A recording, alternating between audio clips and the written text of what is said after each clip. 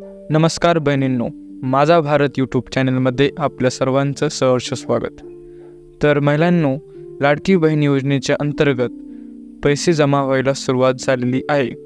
तुम्हाला जर पैसे आले असतील तर नक्की कमेंटमध्ये सांगा.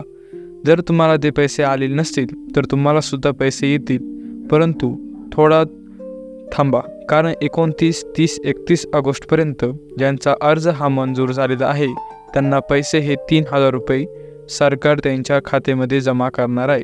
परंतु आधारचे स्टेटस हे एनेबल फॉर DBT लिंक असणे गरजेचे आहे आणि हे कसे चेक करायचे हे आपण आजच्या या व्हिडिओमध्ये जाणून घेणार आहोत.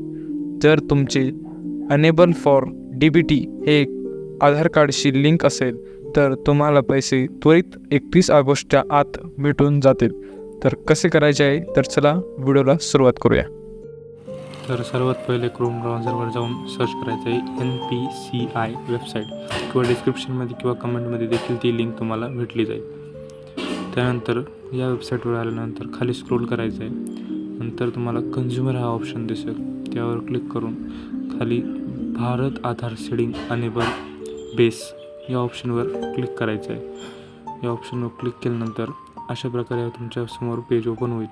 तेथे वर नाव असेल रिक्वेस्ट फॉर आधार सीडिंग, त्यावर तुम्हाला क्लिक करायचे आहे. त्यानंतर खाली गेट आधार मॅप स्टेटसवर क्लिक करायचं आहे. त्यानंतर तुम्हाला अशा प्रकारे पेज ओपन होईल. इथे आपला आधार कार्ड व हा कॅप्चा फिल करून घ्यायचा आहे व नंतर चेक स्टेटसवर क्लिक करायचं आहे. अशा प्रकारे चेक स्टेटसवर केल्यानंतर तुमच्या मोबाईल नंबरवर OTP जाईल आणि नंतर तो OTP आल्यानंतर तो या ठिकाणी तुम्ही टाकून सबमिट बटनवर क्लिक करून द्यायचा आहे. अशा प्रकारे मी आता OTP टाकून सबमिट बटनवर क्लिक करतो. तर हे बघा, अशा प्रकारे हे तुमच्या पुढे स्टेटस ओपन होईल. इथे लिहिलं आहे अनेबल फॉर DBT.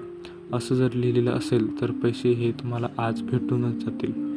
तसेच खाली जर आपण गेलो तर आपल्याला बँकेचं नावसुद्धा दिसेल की कोणत्या बँकेमध्ये हे पैसे येणार आहे. तर त्यासाठी खाली स्क्रोल करायचे आणि तुम्हाला खाली दिसेल इंडियन पोस्ट पेमेंट ही बँकचं नेम आहे. तसंच तुमची जी बँक आहे त्या बँकेचं नाव इथे दिसेल.